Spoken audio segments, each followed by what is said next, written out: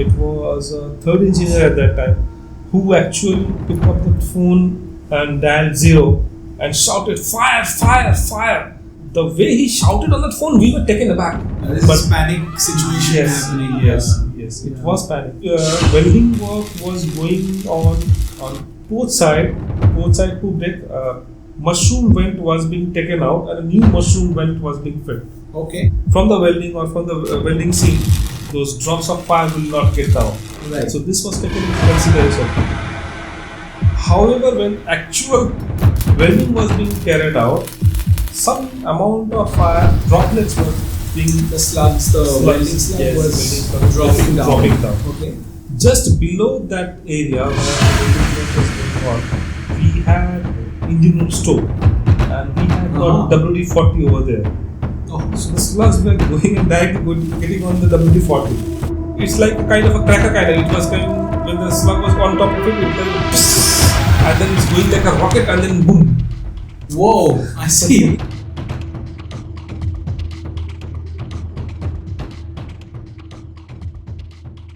Hi guys.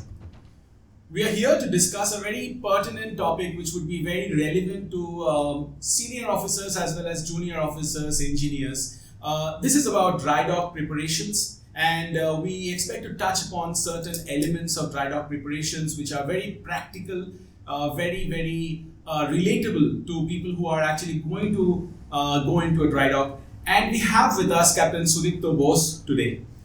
Captain Bose has been 25 years at sea, 8 years in command of VLCCs. He's done tankers, containers and the gas carriers as junior officers and chief officers. The main reason why we have him today is he's got extensive experience on dry docking of ships. He's done 9 dry docks in his career, of which 3 as a master.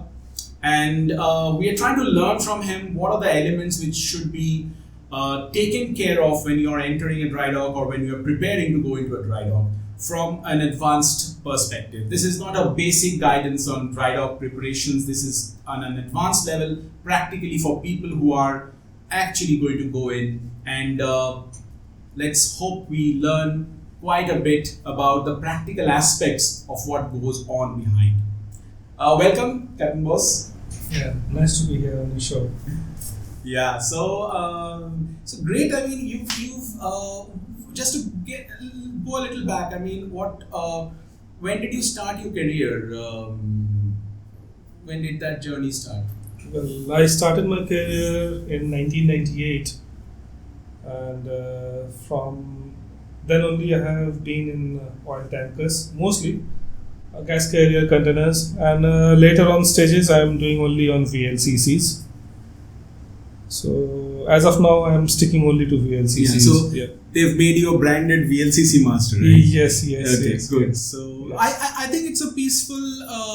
Would you say being a VLCC master is a peaceful experience, or is it a hectic life? Well, the run is not hectic. The run is obviously peaceful, but work-wise, it is the same as other ships we work here. So Yeah. the run-wise, yes, we have a lot more days sailing. Yeah. Right. So your first dry dock was as a cadet, is it? Yeah, my first dry dock was as a cadet on my first ship only. Okay. So yeah, it was a good experience. It was in Dubai, I believe, and it was a good experience. Lot of learning. First time going down under the hull, seeing all this huge, heavy stuff. Exactly.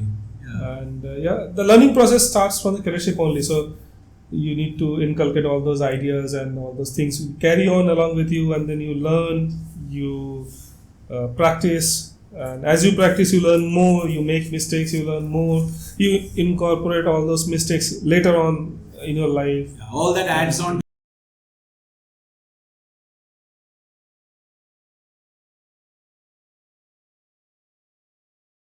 I remember, I was looking at everything with wide-eyed wonder, as they say. It was really, as you said, it's a great learning experience for any junior, even as a junior officer. I believe in a dry dock, there's a lot to learn. Yes.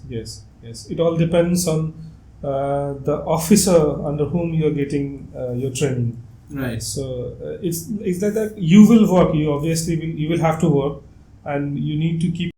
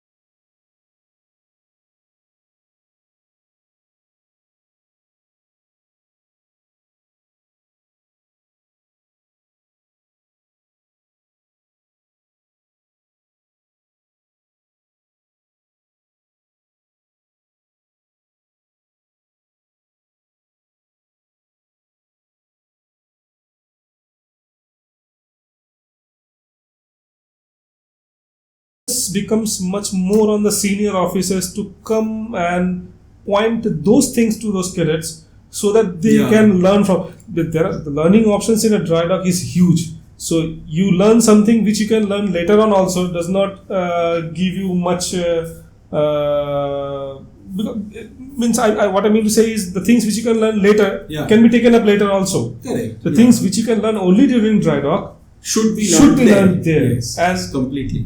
This point should be taken up by the senior people on board ship, and they should come and pinpoint or just give a tick mark or just point out, okay, you are doing this, you know what is the importance of this, so that the younger generation, the younger students, the younger cadets, they also learn during this whole process. And it goes both ways. I mean, if the junior is not interested, the senior will not be interested. And if the senior is not oblivious, then it goes both ways. Yeah. So after cadetship, then the next time you did a dry dock was as a junior officer, is it? Or yes, the next time I did a dry dock was as a third officer.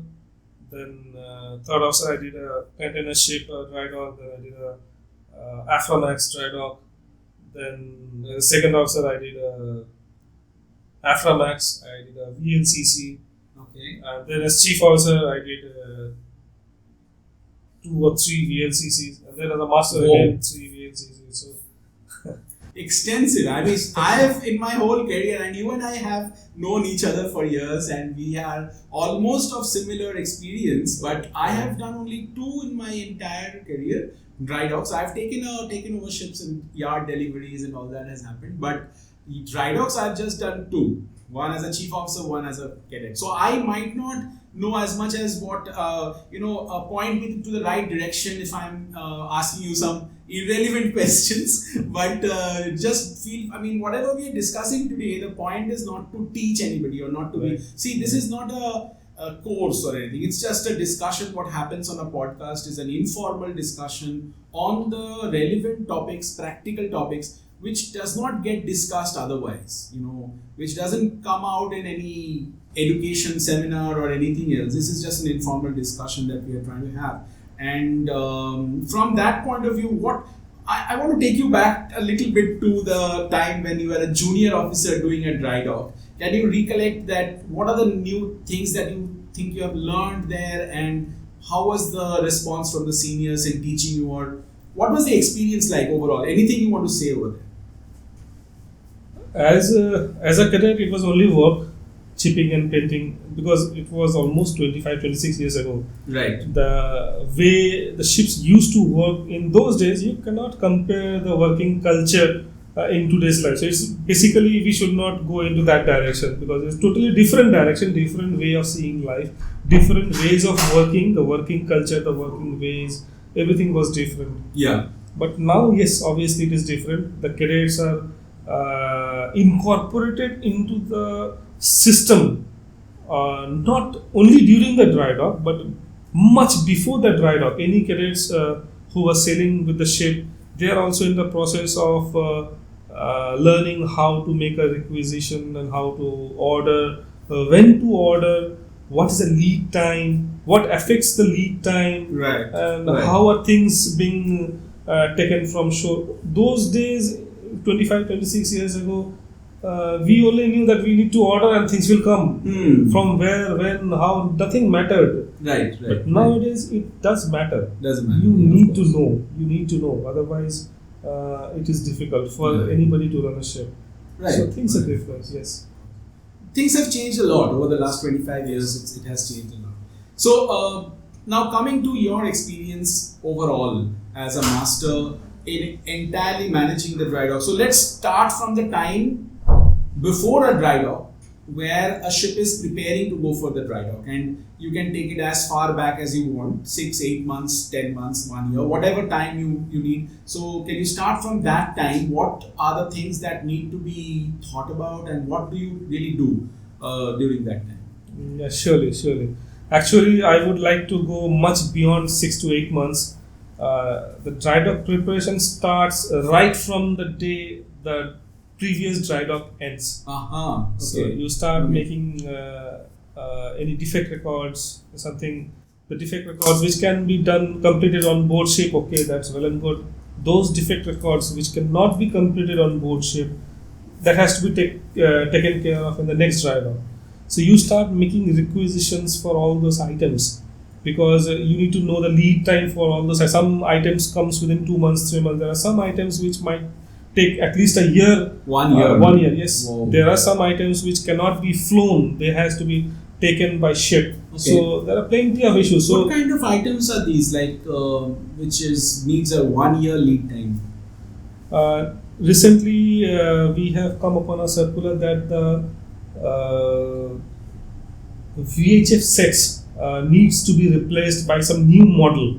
Okay. So because almost all the ships are having same kind of models, Yeah. so almost all the ships will have to replace their VHF sets by I think 2024. But I think it will get the date will get reshuffled again. Okay. But I'm not sure how this is going to be. It's going to be done. So because there is so much requirement of VHF sets in the next few months, obviously the lead time will be much more.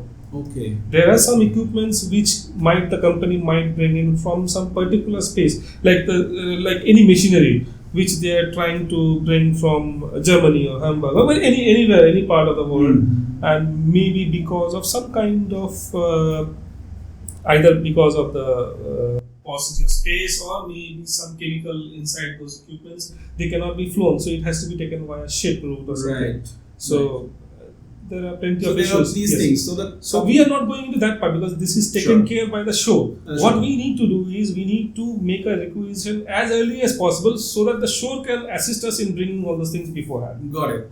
So you're saying that at least a year before the dry dock, the Yes. process is starting. Yes, already. yes. The next stage comes for the planning. Dry docking, the planning is very, very important. Right. If the planning is wrong, your dry dock will be surely is going to go wrong. Sure. The planning, you have to stick to your plan. You make a plan, you check it, you revise it, you stick to your plan. So just to take for the audience, for making it easier to understand, when you're saying planning, are you talking about the shore planning the dry dock, the ship planning the ship's crew before the dry dock crew, or how do you? I mean, the planning, is it happening only for the captains? I mean, is only the captain involved in the ship? Can you elaborate a little bit on that planning part? I mean, yeah, the planning is from the shore as well as from the ship. The shore planning is a huge thing, but we are not going into too much into shore planning. What affects us is the shore planning is when is the next day of, or when is the scheduled plan of our dry dock? Where is the dry dock been considered, right? And how much days which we will get from the port of the last discharge. This is last discharging port to the dry dock. How many days we will get in hand, so that you can plan accordingly. If you get more than 7 days, well and good. If it is less than 7 days, you need to push things a little bit, a bit, so that you can finish it early. Right. So that is from the shore part. From the ship part, there are plenty of things to be done. Like before going to a docking voyage, all your cargo oil tanks needs to be crude oil washed. All your cargo oil tanks. Okay. If the berthmaster permits, then carry out all the crude oil washing for all the tanks. Yeah. Mostly they will not permit. some ports they do not permit. So if that is not the case, you plan every discharging, at least try to finish off more than 25% of the requirement. So what you're saying is not just the discharging before dry dock. From before, like 3-4 dischargings before that, you start trying to wash all the tanks and keep the tanks clean. I have done this as a chief officer, and I can tell you this is extremely effective. And in the end, if your slop quantity is less and your sludge quantity is less, that's what you're trying to reduce over here. And yeah, absolutely. But just one step behind what we were discussing earlier about the defect report, and like for example, I know in my contract the dry dock will not come. It is going to come in the next contract, and I'm a chief officer or a master or a chief engineer, second engineer. What are my responsibilities in this contract? I know the defect report is one. We have to make the defect report as we have to take care of the defects, but also there's this dry dock specs to be made, right? So I want your idea and your thoughts about the dry dock specs, anything that you have seen people miss out on or common mistakes, something like that you want to discuss here. We need to go through the last 2 or 3 dry dock reports first in order to make a new dry dock specs. Yes, because all the valves, normally every company never carries out all the valves overhauling at the same time. What they do is they segregate that, okay, this dry dock we will do only 3 manifold valves and maybe 2 crossover valves, the deck crossovers, and maybe 3 bottom crossover valves. Right. So we need to see the last 2 dry docks, which all crossover valves or the manifold valves has been overhauled. Yeah. So we take out those and pick out the remaining. Right. So that is all those things we need to consider. Like cow machines, we do not go for overhauling of the cow machines for all the cow machines. Yeah. We see which all cow machines are leaking or which all cow machines are not performing as per the standards, and which all cow machines has not been overhauled for the last 2 or 3 dry docks. Sure. So we take into consideration the present ones which are leaking or which has to be overhauled. And then we plan it accordingly. One thing which we probably should have mentioned earlier, that because both of us are from tankers, this discussion on dry dock is going to be primarily tanker dry dock based. But it also applies, I believe, to other kind of ships like container ships and things like that probably. Like machineries in general are segregated in divisions, but doesn't matter. I mean, we can discuss on the tanker, on the basis of a tanker, and then non-tankers would also have to apply similar. I think it is more or less similar. And if you can carry on, if you can think for the tanker side, then I think rest all things will automatically be taken care of. That is my understanding. Right. So what else? Like you were talking about cow machines and valves and things like that. So and what we used to do, and which I actually follow, I actually do it on my ship right now, right these days also, that any rat patrolling which has to be carried out on the top lines, the bottom lines is not possible obviously. Yeah. Or any manifold valves which has to be overall. What I do is, because these nuts and bolts, they are not open for the last 5 years, because these valves and things we have not open, not considered for the last dry dock or last dry dock. Yeah. So they are from the beginning. So what I do is I open up the nut bolts and again box it back, put it on grease and something, so that at the day, on the penultimate day, I don't have to bother that it's not opening or not. And this is ideally supposed to be, done well beforehand instead of waiting for the last voyage, because I can tell you, one of the ships I joined in the discharge port, and I was told that you have to clean the tanks after discharging. Chief officer is finishing the discharging and he's going to go home, and you're going to clean the tanks and then go to dry dock straight away. Now the challenge was that I found nothing was prepared. I mean, there was no nuts and bolts slackened, the IG valves and the purge, the blanks, or the blowers were not ready, the blowers were not working. All these things have to be taken care of well in advance, right? Yes. Yeah. These are all a part of the planning process.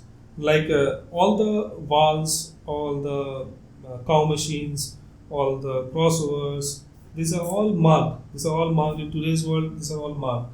But what we do, what I follow is, we put a cross mark on top of those lines or those valves, so that it becomes easier for the person to distinguish that this, even for the shore guy who is coming to open that valve, he will not mistakenly open the other valve, and then the problem lies for him also, the problem lies for us also. Right. So it's a problem for both of us. So what I try to do is minimize that process, minimize that fault making process by putting an extra cross mark or any other mark that this has to be taken out during the 3 crossover valves, out of which 2 are marked. So that's why it's obvious that these 2 will be opened up. These 2 will be anyway, they are going to come to me and ask me, okay, Captain or Chief Officer, which valves are you going to open? I will tell him the valve number, their location, everything precisely. But anyway, mistakes can still happen. So it's another way of doing things so that...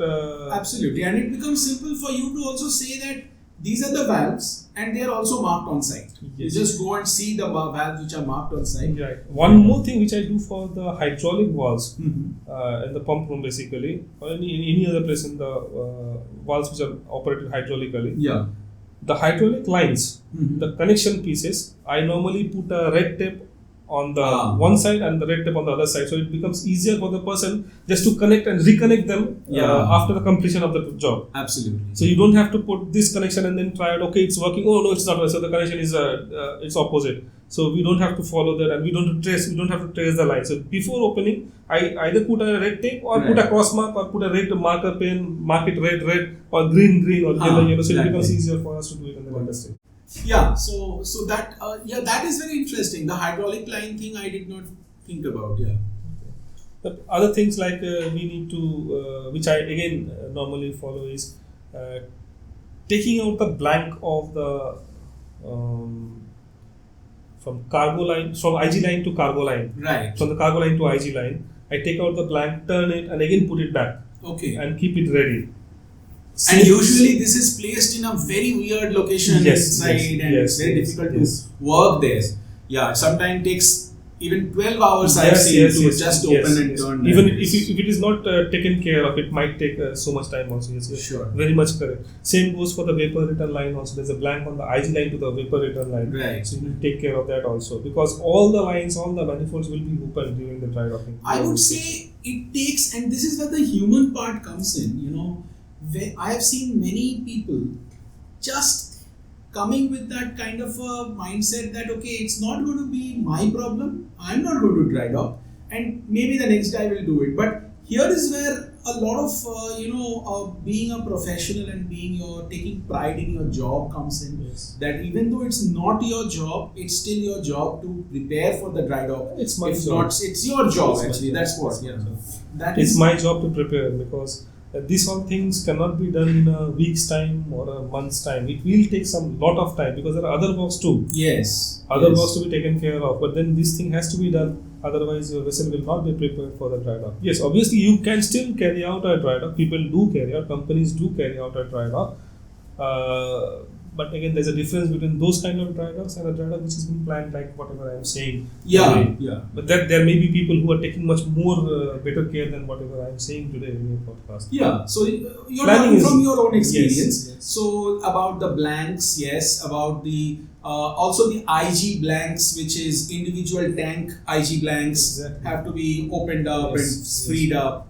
You need blowers to be prepared. Exactly. Right? Again, you need to, that is, you can do it later on also, but again, that bolts you can free up, like from IG to ballast line, the spool piece, and for the sea chest, there's a blank in the sea chest line, you take out the blank, and also put that spool piece in the sea chest also. Right. So those things you need to take care again.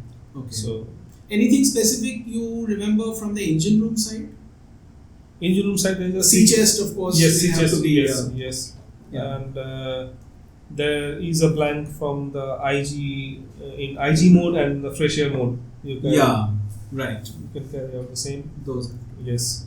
Freedom. So when you're a master and you're preparing for the dry dock, but you know that dry dock will come in the next contract.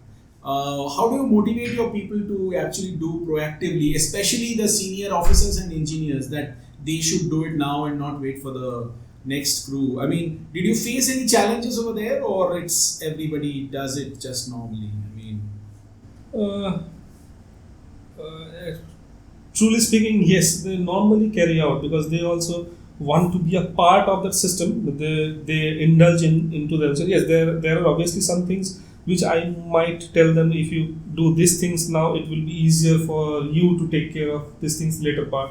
Or if you can do it now, it becomes easier for the other chief officer or the other master. Yes, but normally, yes, people they don't have any such thing that okay, it's not in my contract. Correct. Great. That it also depends exactly on company to company, how the company is pushing things from their side.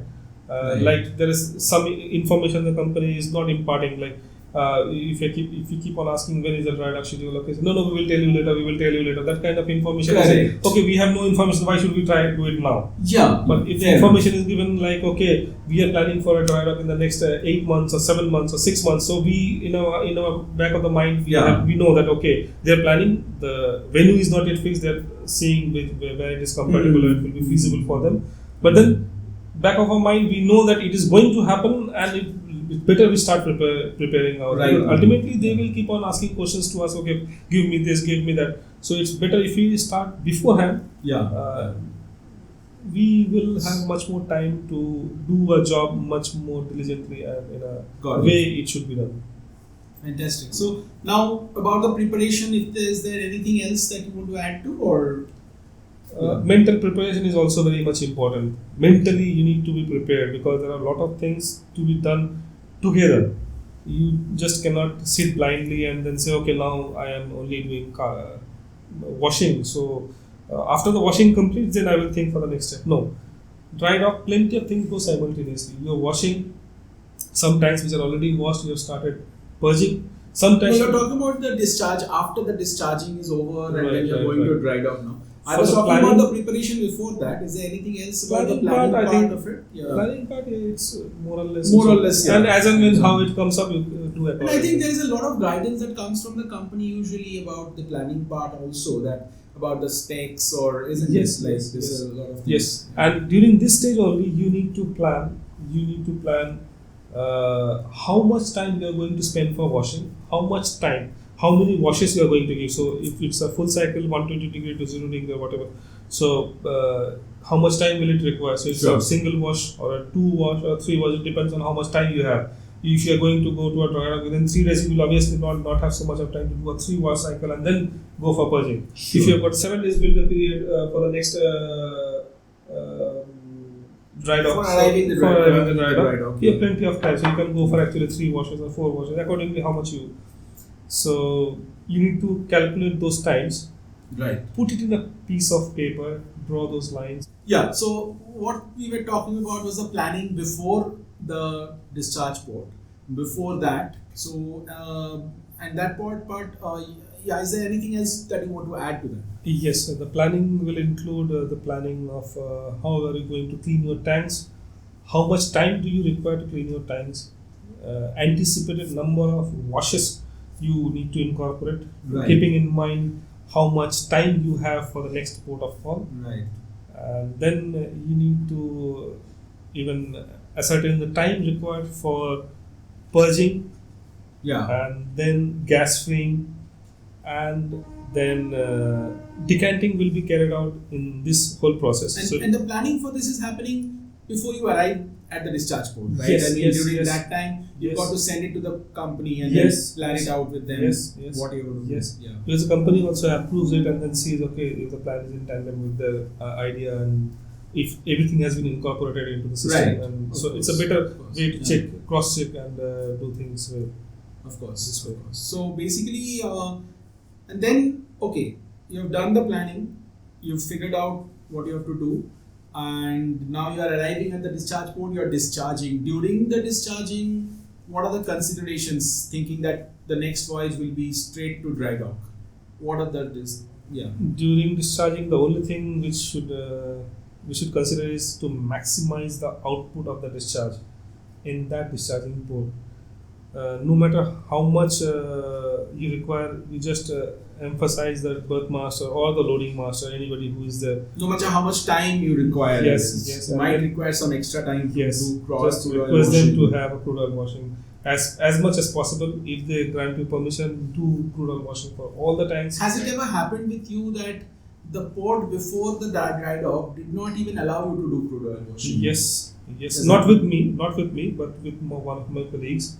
But what happens is because it was an open port, so they do not allow you to do crude oil washing. Right. So, but what happens is the sludge becomes too much. The sludge Of course. accumulation becomes too much. Of course. It's a huge money. And hence, what we discussed earlier also is that we start 3-4 dischargings before, and we Yes. keep washing on those, Exactly. because you might even carry a cargo which is not suitable for crude oil wash. Exactly.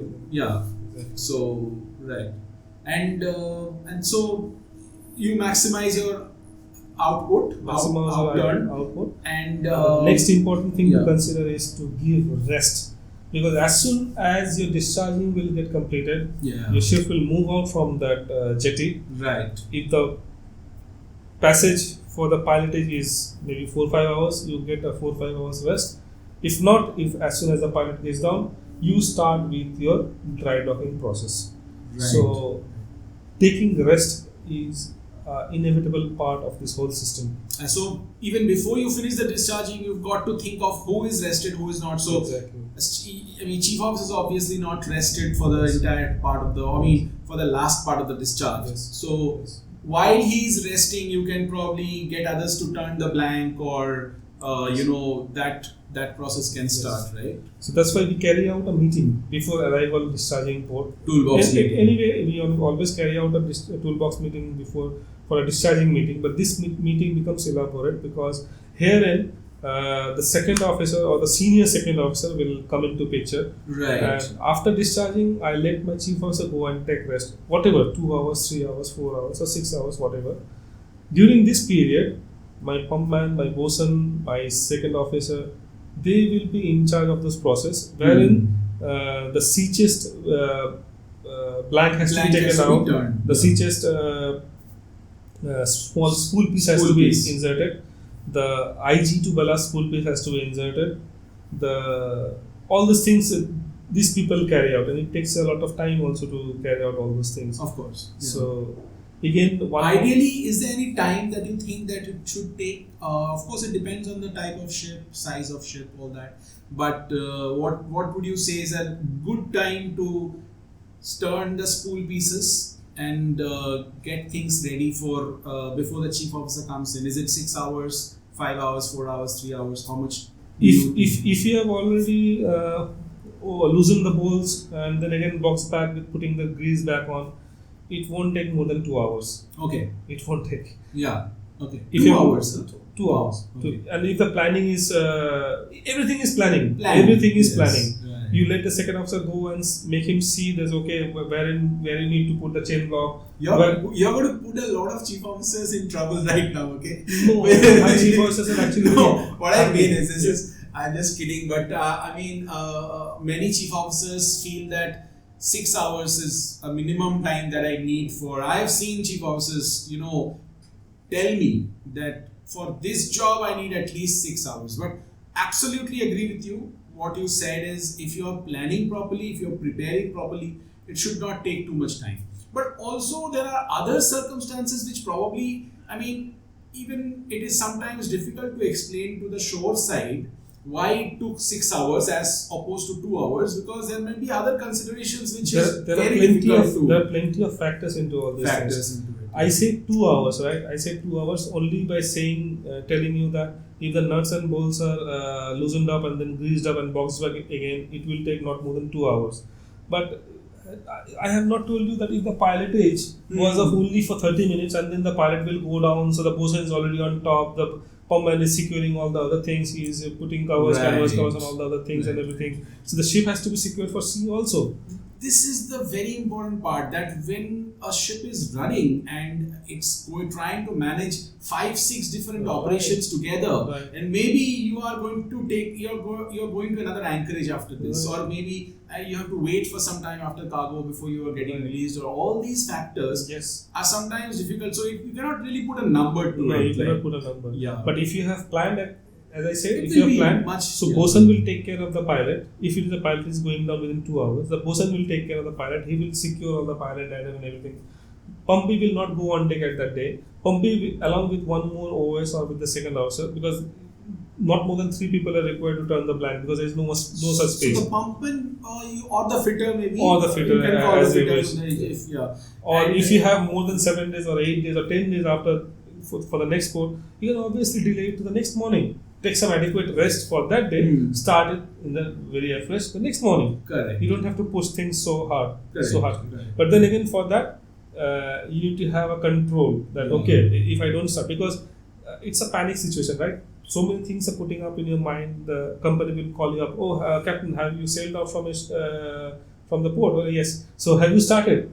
So it's a pressure from company as well. Pressure comes in. Yes. So, but if you know your job, if you know that you have planned well, if you know that you're going to stick to your plan, the plan is, if you follow your plan, you will finish at least 3 days beforehand. So you judge the consequences, and then you plan. But Sudiptya, to be fair, I mean, if you think of the different locations of dry docks, let's say you have done dry docks in which locations? Singapore probably, and then I have done dry docks in Singapore, Hong Kong, Dubai.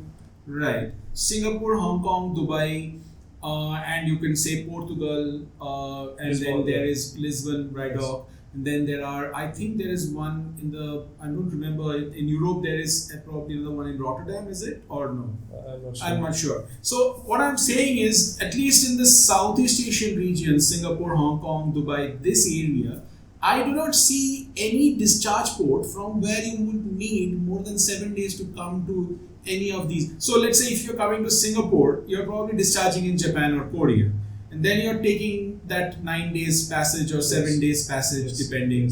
And so it's usually 7 days, probably 7 or even less sometimes. If you're discharging in somewhere in Gujarat, in India, and going to Dubai for a dry dock, it's probably 3 days. 3 days, yes. So there are several situations like this.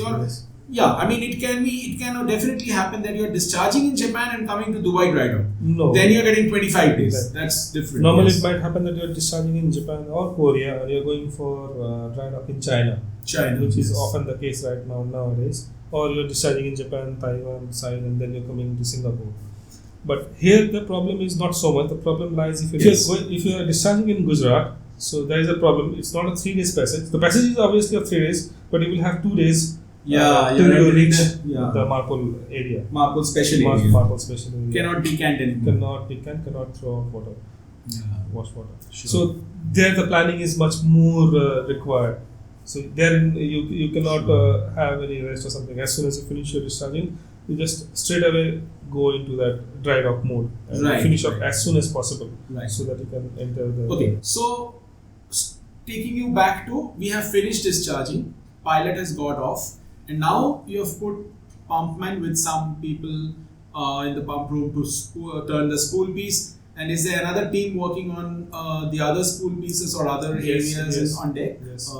Yes. So how is that organization? And then if you can take us through that process, especially that planning part where you said that planning is especially important. How are you distributing the people? What does your plan look like? The distribution and the planning is done before we enter into the discharging port.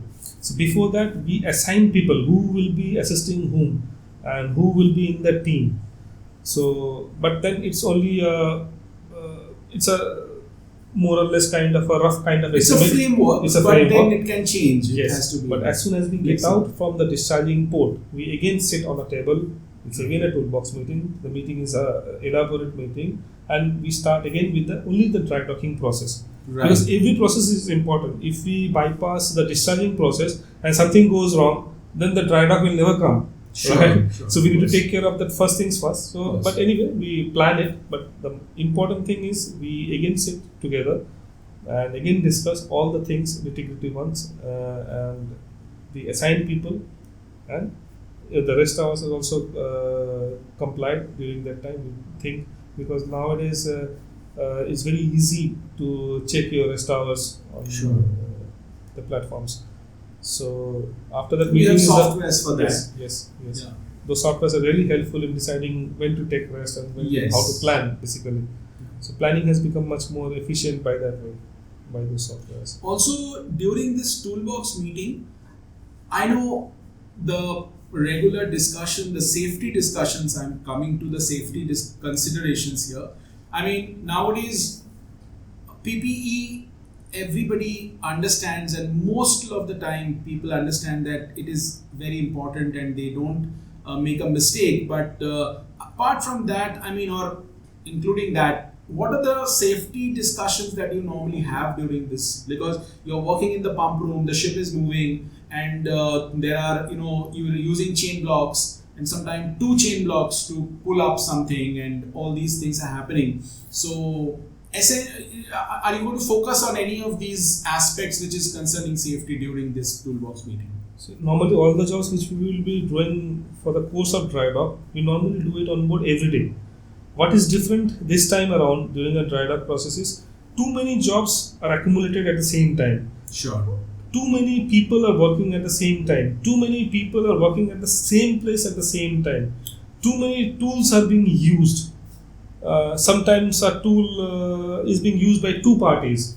So maybe, okay, we can say that in today's world we should not work that way. We have a stop work culture. We have process in which we say that if the tools are not proper, we will not use all those things.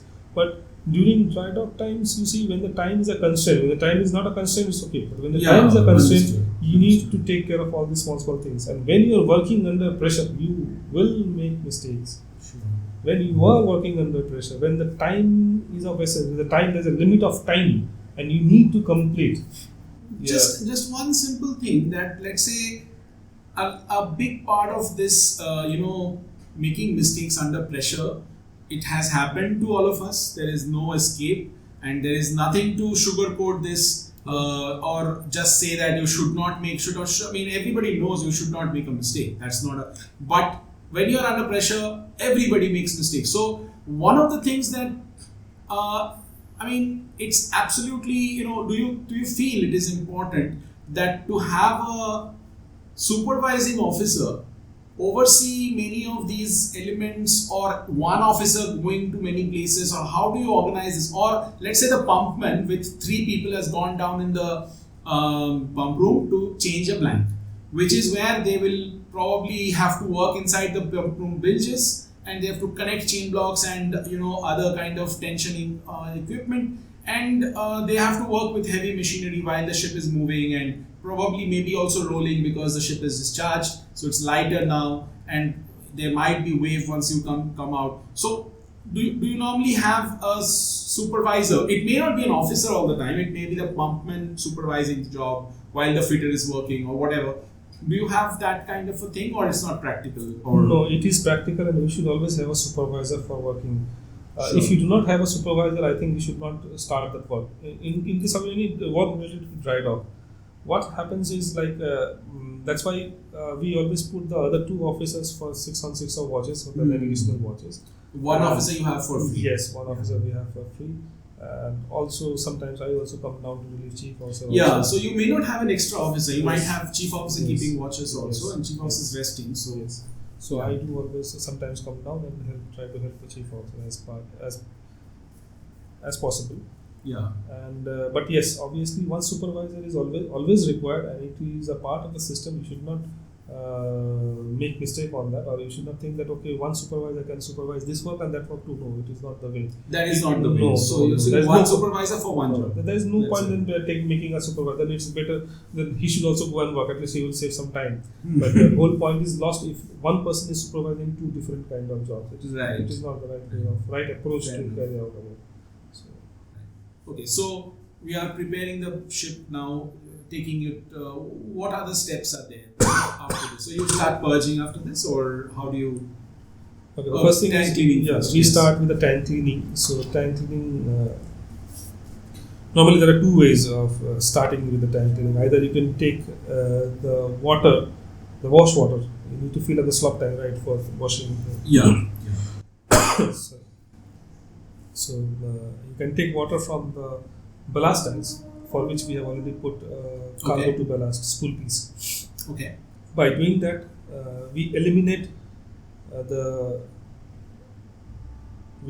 that aspect of oil going into the sea, Sure. right? Because You as are soon as not you open connected to the sea. you're right. Right. you eliminate the prospect of oil going out in this because we are not opening the sea chest. Other way of doing is you create a vacuum, you create a negative suction inside the sea chest line, and then you open the sea chest so that the water comes inside. So you run the pump. Once first you have to turn the spool piece, the entire line should be clear, only one valve is shut, which is the sea chest valve. And you run the pump, and then you create the suction, and then you open this valve. We normally use a stripper pump for this, and then we create a negative suction, and then we take in water. So both ways are equally feasible. So you are taking in water through the stripping pump and not through the cargo pump? Not through the cargo pump. Okay. Not through the cargo pump. But if you wish, you can still take the cargo pump also. Okay. Because you see, the slop tanks is anyway a very small tank. So it's always better to keep things under control. If you're using a pump, so the amount of water which will be gushing into is very high. But anyway, it's nowhere written that you cannot take water from the pumps. But it's always better way of taking water from the sea by using the stripper pump. Okay. So you're filling up the slop tank now? We are filling up the slop tank. Once the slop tank is filled up to the level you have decided, you have planned, take that water into the slop tank. You start washing all the tanks one by one. So once the tanks are washed, means one by one, all the tanks will never get washed at the same time. Right. So now the tricky part starts. Once the tank washing is completed, one by one, maybe one center tank has completed. You have completed the tank washing for one center. So IG was running, but now you started purging of one center. Sure. So just for the context of people who might not know, what is purging? Why is it done? What is the purpose of it? Purging is done to take out the hydrocarbon gases. Right. Putting nitrogen or any other inert gases inside the tank and taking out the hydrocarbon gases. Yeah, because after discharging, you have discharged the tank, so there was hydrocarbon. There was a lot of cargo has generated hydrocarbon, so now you have a high percentage of hydrocarbon, even though the oxygen is less, but hydrocarbon is high. So you cannot straight away start putting air inside. No, then at some point it will start pass through the flammability curve. And it will be a flammable atmosphere. Right. So we are basically trying to reduce the hydrocarbon to bring it down so that now we can then put it. It has to be below 2% by volume. Hydrocarbon should be below 2%. 2% by volume. Right. So I'm not going into that aspect of that thing. So what I'm trying to say is that we start purging. So now two operations are going simultaneously. Tank cleaning, purging. And one tank is clean, so I've started purging. So later on, I will have other tanks also cleaned. So I start purging those tanks also. Right. But here, the purging will be carried out in dilution mode, not in displacement mode. Of course. Because the bottom lines are still filled up with water. Because the other tanks on the same group are being washed. With the same bottom line. Same bottom line. Yes. So you cannot use a bottom line. Correct. So you cannot carry out purging by displacement method. You have to carry out purging by dilution method. Does it work on ships where there is a separate stripping line for the tanks which is not connected to your main bottom lines? Can you do purging and displacement method together? I mean, can you do washing and displacement together? No. But stripping lines will again get connected to a bottom line somewhere, right? No, sometimes there's a separate cargo tank cleaning pump, they say. Yes. So that tank cleaning pump is only for that. Tank cleaning pump is actually putting the water in, so you and the stripping line is separate. Yeah, okay. You cannot. So basically, never. Yeah, it will never happen.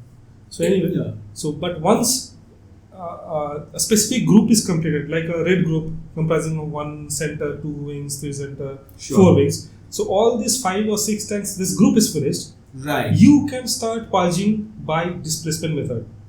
The advantage of this purging by displacement method is twofold.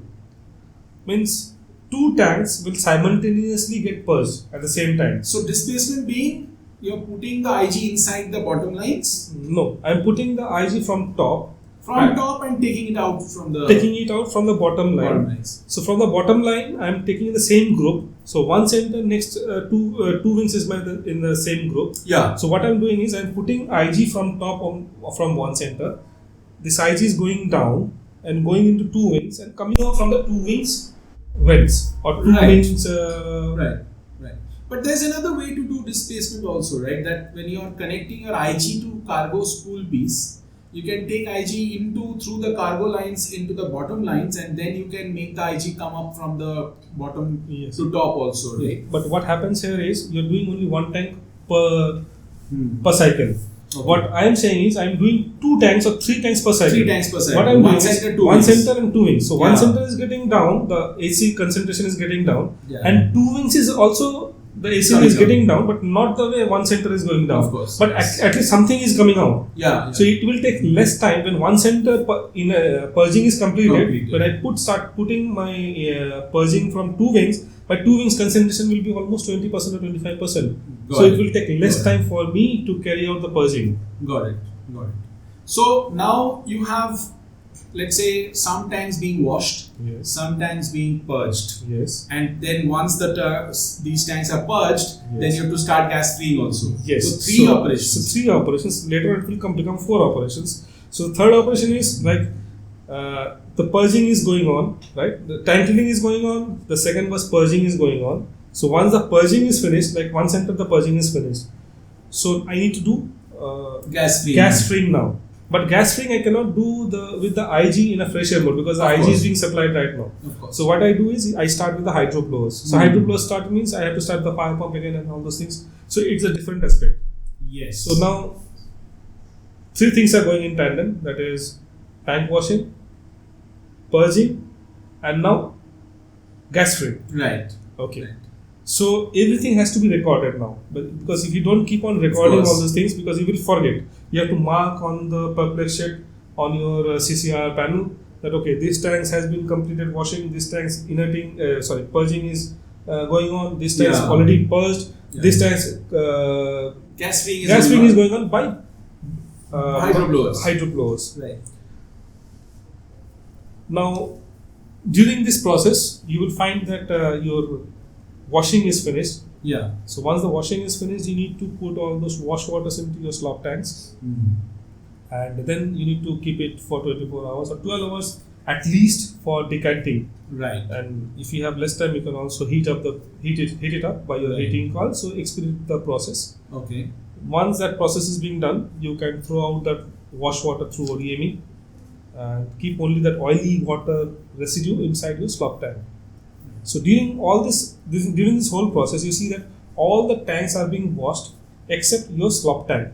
Sure. In any, which is a primary slop, it depends because on the you're slop. bringing everything into the slop. So slop tank is not being washed, not been cleaned. How much time do you think ideally it should take? And this is definitely a big variable factor. It depends from ship to ship. But what is a decent time from the time you started, washing the first tank until the time you have gas freed the last tank? Actually, the time, we cannot say the time as such for the washing cycle, because normally what you see is even after, it's again, as I said, it's a time period, the time constraint. If there is a time is a constraint, you will do only one wash, irrespective of you are still finding sludge on your sounding rod, but you do not have any much time. So what you do is you do only one wash, and then you go purging, gas freeing, and then man entry, and then take out the sludge by manually. Okay. If you have more time, you can do two cycles. If you have more time, you can do 3 cycles, 3 washing cycles. Then you have even after 3 wash cycles, also if you find that you're still finding sludge somewhere, you can also do maybe a bottom wash only. Bottom wash. Yeah. So it all depends on how much, what crude oil you have actually carried. If you're still finding sludge after one wash, and you're stopping the cycle, and then you're thinking that of desludging it manually, is it going to anyways not take more time? It will take more time. But so you've got to be prepared for deslogging. Yes, or decanting. I think you should at least give one more try to those Sure. times. Yeah. But for me, I normally always have some more time, so I always prefer to give at least 3 washes, full washes, for each and every full 3 full washes. Yes. Okay. Yes. Okay. So it takes a lot of time, but again, it's all. But coming to that question, that what should be the ideal time to finish gas freeing after you have departed the discharge port? Like when you are actually ready, that and not keeping. I'm not saying any time. I mean, if you don't have any time constraints, how much time do you think it will take? Approximately, a ballpark figure, approximately. Normally, your purging should not take more than 36 hours in a VLCC. Okay. Should not take, but It might take. it might take. Yeah, but obviously. normally it does not take more than 31 to 32 hours. Normally. One of the things I have had a lot of debates about with a lot of people is that how you should carry out the purging process. Whether it should be, let's say all your bottom lines are free and you have your hydroblowers also running. So you have all operations running, but how much of dilution or how much of displacement, or whether it's a combination of dilution and displacement, what is the right process, or what have you seen gave you that? And you said that 31 to 32 hours should be the optimum time. How do you achieve that with maximum efficiency? Yeah, for me, the optimum time is 36 hours, but we normally achieve that by 30 to 31 hours. This is what I say. Yeah. So, this I have achieved many a times, plenty of times, and every time when I have carried this purging operations by displacement method. So, by this method, what I can do is I can do simultaneous operations by putting IG from one tank and taking out from the other tank. So, Right. at one go, either 2 tanks have been completed or 3 tanks have been completed. Right. So that way I can achieve. If I'm going one by one tank, it will take almost 44 to 45 hours. Got it. So what I'm assuming is, while you're doing displacement method on some tanks, your hydroblowers are being used on other tanks also for dilution, right? Or are you stopping every other tank just to do displacement? I'm talking about purging operations. So the correct. So sorry. So the hydroblowers has been done where the purging has been where purging correct. has been completed. Yeah. So once purging has been completed, we need to blank those IG valves. We need to shut the IG valves and then put blinders, so that in any case the IG from other tanks should not re-enter into those tanks. The blanks, you The mean? blanks, IG blanks. Yeah. IG blanks has to be put on, and then you start with the gas string of operations. Gas string operations. Right. So when you're doing gas string, which process are you following? Gas string, Displacement? gas string normally I carry out till the time I cannot use my IG blowers for my gas string. I normally carry out by my hydro blowers. So once the purging is completed, then I start in gas string by the IG in fresh air mode. IG in fresh air mode, but that too also in a displacement method. That too also the displacement. Displacement method. Okay. So you've always found displacement method to be more effective. Yes. And what I have found is, this is completely subjective. What I have seen is that what displacement method does, especially when you're bringing it out from the bottom of a tank, the bottom part very easily gets replaced and it's coming up, especially considering that in the displacement method, the ideal pressure should be 200 and not 700, 800. Yes, no. So it should not disperse, it should just bring it up. So if that happens, then it brings up the bottom part of the tank quite fast. And then when we are checking in 3 levels, we find that the second and the third level have come down, but the first level has not come down. So in my experience, I usually run a half an hour cycle of dilution to churn out the top part. And that gave me that is just my experience. Maybe because I've never tried out this thing, so I'm not aware of it. So, but then this thing also might be a very good thing to follow. Displacement is the main thing that you normally use. Yes, displacement method. And during this process also, one thing I must tell you, that if there is an in-tank survey planned for this drive, right? So we need to take care of that in the planning section itself. In-tank survey being what?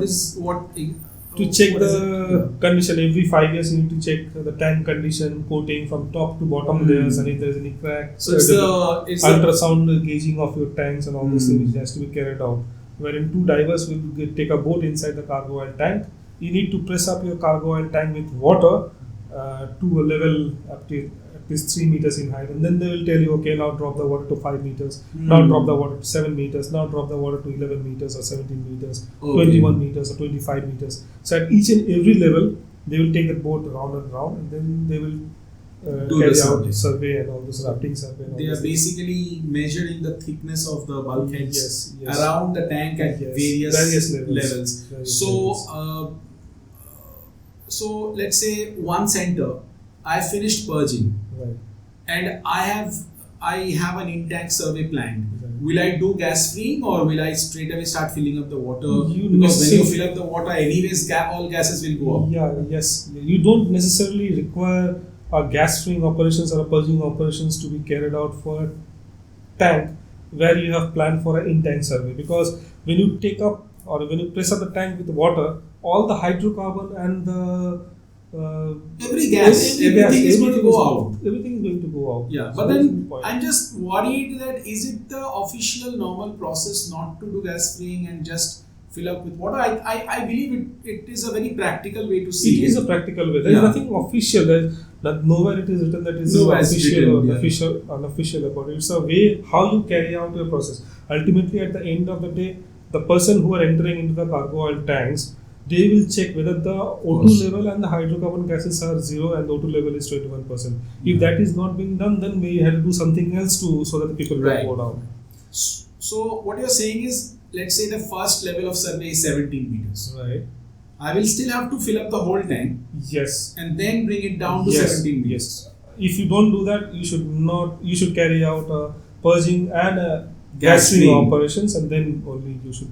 Got it. Got it. Because otherwise, the whole tank is not being pressed up, and the HC But gases isn't are- there a risk that when you're pressing up, so this is an oil tank and it had oil and sludge inside.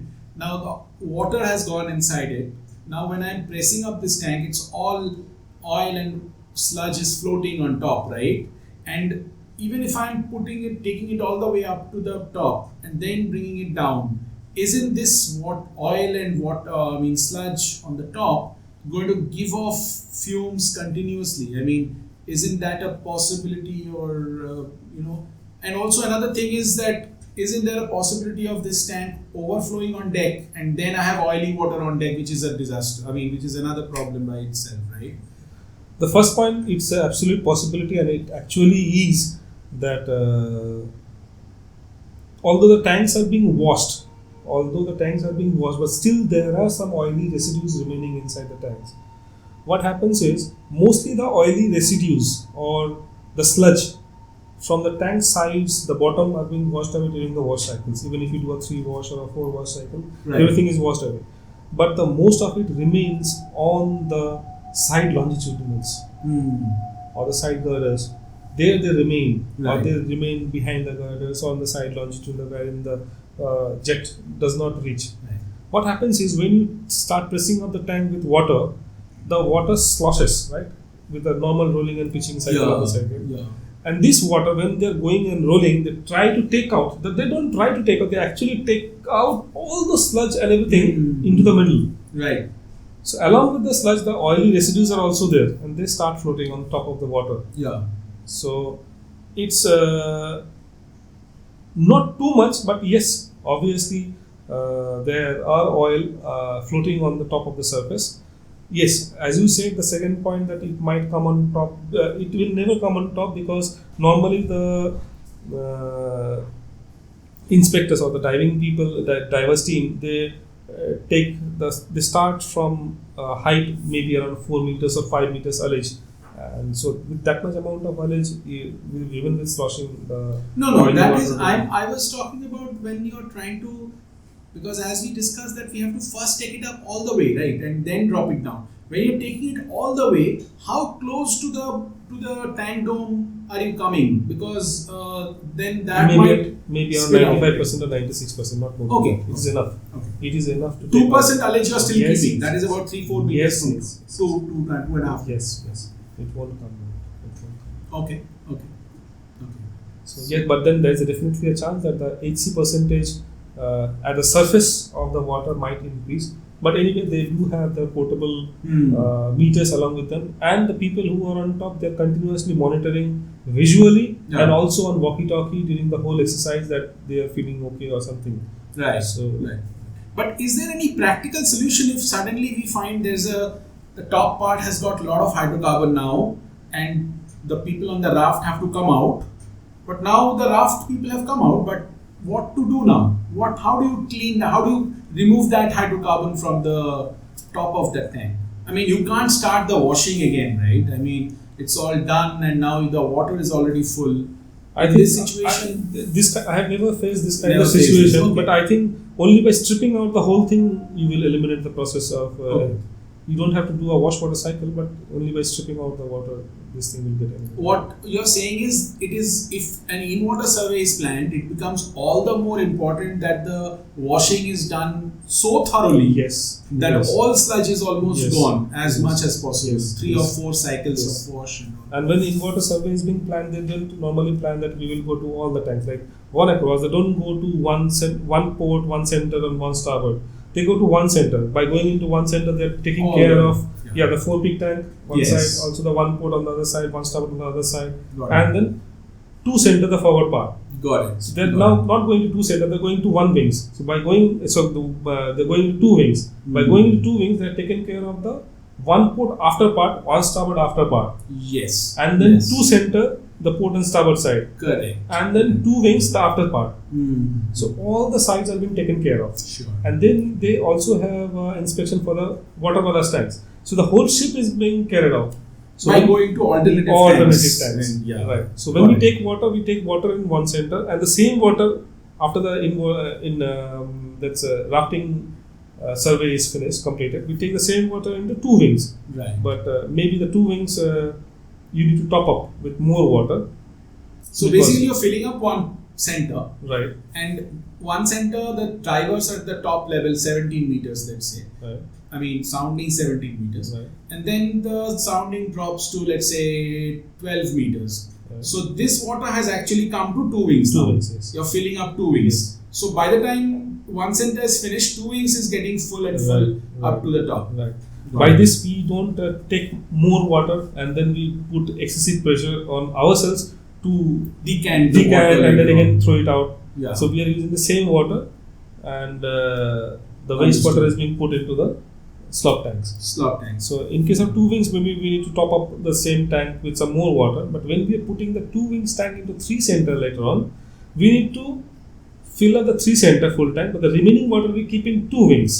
Okay, so you're saying the total amount in 2 wings is going to be more than More. what 3 center can take. Yes. So you have some amount of water left in 2 wings Remaining. after 3 wings is Yes. 3 center is full. Yes. So we do everything is in a planning way. Yeah. If you have planned for, if you accommodate all these things into your planning stage, Yeah. you will not feel the pressure when you're actually doing this thing. Correct. And here is where I feel that as a chief officer, it's a very lonely place to be, because the only person you can ask is the captain. The junior officers cannot. And this planning, what you're saying, is very, very important. And you, I know from experience that how cooperative you are with your chief officers, but not every master could be so cooperative. So what you're saying is going to be so much more important for the chief officers to understand that when they are taking X volume of water in one center, they have to be very sure how that water is going to come into the other tanks, and without Right. taking more water, Right. without Yes. messing it up later Yes. on. Yes. Yes. So all these things they have to take care of, and as I said, that we need to take this water after decanting through ODME. So Right. ODME, there are 2 settings to be done beforehand, because it can be done later also. It doesn't take much of a time. It takes hardly 5 minutes to do, but it's better if you complete all those things beforehand, right? The ODME, what I've seen is the problem is not how much time it takes. The problem is the knowledge of the ODME. Yes. Sometimes chief officer is clueless, and sometimes even they know, but they have sort of done it on other ships and not on this ship. So the different models and all. So this planning is very Please go ahead. Right. So as I said, the total amount of oil to be discharged Yeah. during a dry dock voyage cannot be more than 1 by 30,000 of your last amount of oil carried. Right. So you already know after your loading is completed, after your loading was completed, you already know how much amount of cargo you are carrying. Sure. So you can actually calculate that amount and feed it into your ODME system. Okay. So it does not take much of a time, but then it will save much of a time when you start actually the ODME system. So when you start the ODME system, if you have not inputted that value, you will have to do it at that given point of time. and you are in a pressure, you might make a mistake. So you can do all these things much before you start this dry docking voyage. You can actually do this thing after you have actually completed loading, and after 1-2 days after completion of loading, you can input that. Also, there are two lines. There are two lines to be discharged from ODME. One is through your marpole line, and one is through your main line. So if it is through your main line, the amount of water is more, and if it is through your marpole line, it is much less. So if you are discharging your wash water through your main line, you have to select line 1 or line 2, depending. There are two lines, line 1 and line 2 has to be selected in your line. So you can select all these things beforehand. You can go through all these things beforehand, because at the time when you actually need to select all those lines, if you have not gone through those OTMA system, or if you have not gone through that manual, it will be difficult for that time. Even if you waste half an hour at the time, it will immense amount of pressure will start building up. Maybe you will not make a mistake here in OTME, but you will make a mistake obviously somewhere else. Yes. So it's always better to go through all these things before you start this operation. So a part of the planning is also to understand what to study and what to read, what to know before the operations. It's only planning. If your planning is good, you see everything will be here inside your brain. You don't have to look anywhere else. You know, after this I will do this, after this I will do this. So everything is incorporated into your head. It's built up in your head. So you will never make a mistake. If you make a mistake, you go back to your plan and see, okay, now I have deviated from this line, but I need to come back to this point again. Sure. So that amount of thing you just need to take care of. Once you come here again, you know I will follow this line. Interesting thing. I mean, this is not specific to dry docking or cargo oil operation, crude oil operations, but something like that. But I'm saying, whenever you're planning something, what is your process? How do you plan something, like considering that as a master, you got to plan elaborate operations? Do you write? Do you think? Do you what do you do exactly to execute? What is your personal process? My personal process is always to note down and write down as not briefly, as detailed as possible, not briefly or not jotting down points. Everybody has got the different ways of work. Somebody doesn't write, somebody can remember, but I normally pen down each and everything. By writing down, it gets into my memory. I feel a lot of more satisfied thinking that, okay, now everything is like a video playing into my mind. So it's a video which is now going on into my head, and I just need to play it.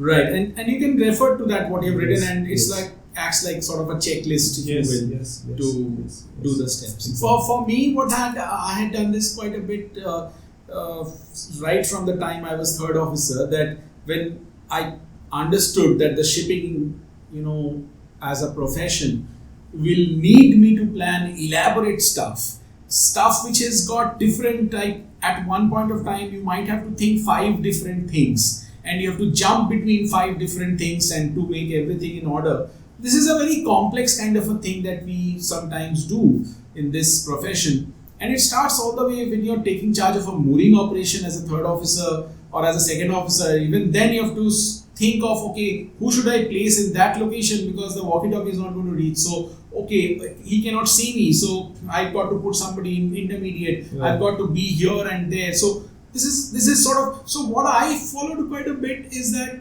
visualization technique, as in closing my eyes and imagining that I am there, and then I'm doing this, and I forgot that, okay, I have to do this now. And so that actually played quite well. I think it's the same thing. Yeah, the same thing. I write it down and then I make a video of it, and then it comes automatically in my video. You do it in a different way, but the goal is the same. Absolutely.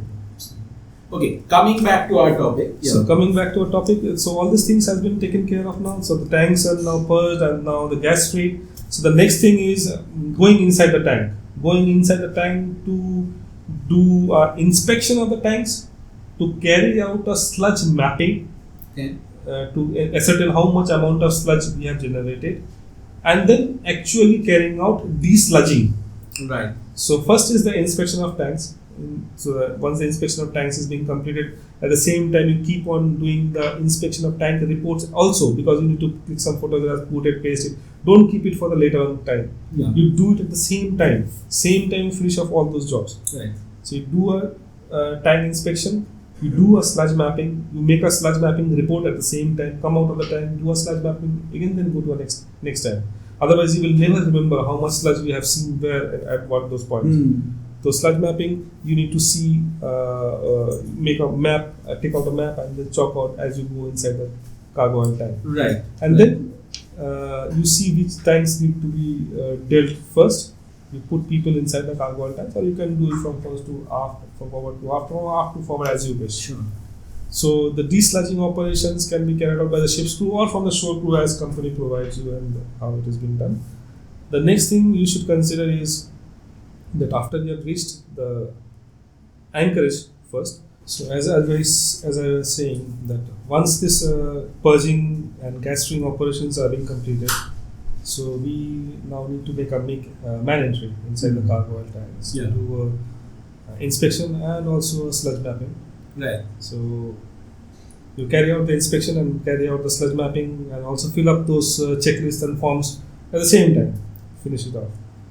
And once you reach the anchorage, Sludge mapping, as in you're identifying which tanks have got sludge and where it is placed, or how is the location and how much. how much amount of sludge is being generated this time, and sludge mapping is done to see the effective washing of the crude oil washing machines. How are the performance? How are the performance? Yes. Right.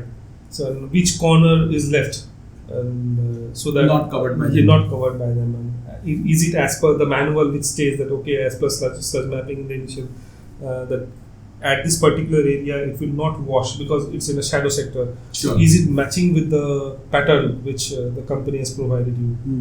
So all these things you need to check. Right. So you need to do as and when it happens. You cannot keep it for the later stages. Right. So plan accordingly and put people more so that everybody comes and you can do the sludge mapping with their inputs. It is not possible for one person to go in each and every tank and do everything. So you need to take. So are you saying every tank different team is going, or Yes. yes. Alternatively? Yes. Different teams. Yes, obviously. There has to be the junior officers or the senior officer, anybody who is going, they need to be briefed what you are expecting from them and what are things they need to see. A tank inspection and sludge mapping are two different aspects. Right. You cannot club them together. Right. So a person who is going for sludge mapping, he should be only bothered about the sludge mapping only. So give them all those briefs and inputs and then make the best out of your people. Okay. The next important thing which comes is the sludge barge, which will arrive once you arrive at your destination at the anchorage. So again, the planning part is important here. The sludge which you have in the tanks, are you desludging it manually also? Yes, the desludging will be carried out manually to some other third party or a shore worker will be assisting you. Or maybe if the ship staff is only carrying out, you can take out the sludge, keep it on deck, and then some third party will come and take the sludge, collect it. What now the slop barge is coming is to take the slops. Right. So for taking the slop, you have already decanted and you have thrown away all the wash During water. decanting, any considerations that when you are dropping down, how much of the water gap do you normally keep? Like you cannot, like there's a water at the bottom, and then there is an intermediate emulsified side, then there is pure sludge on top. So when you're dropping down, when you're decanting the slop tank, first of all, you're washing the slop tank at the same time, right? When you're decanting it, you're also washing the slop tank, right? No, we are not washing. Actually, when we deslop first, we carry out the deslopping to the slop barge full. Once that is done, then we again do the same operation like opening the sea chest or by opening the water ballast tank. But mostly all the water ballast tanks will be empty by then. So it's always better to take water from the sea chest by creating a vacuum. Ballast tanks will be empty. Why? Ballast tanks are full, right? I mean, at that point of time, your cargo tanks are empty. Cargo tanks are empty, and also you are preparing to enter the dry dock. So you're saying just before that. You cannot keep it again at the last moment. Right. Because as soon as you finish this deslopping and your purging and igniting is completed, you will request for the chemist to come on board. So once the chemist gives an approval, you will go directly inside. So you will not have so much of time to deballast also. Right. Deballasting will take at least 24 hours, right? So you don't have so much of time. So you need to carry out all those deballasting operations beforehand and keep yourself prepared. So again, we will make a vacuum inside the bottom line, the bottom CGS line, and take water from there and carry out the washing or slop port or the slop tank, the primary slop tank, whatever is your slop port or slop tower, depending on the primary slop tank. Here also one thing to remember, the most important thing to remember is the slop barge tank will have a capacity.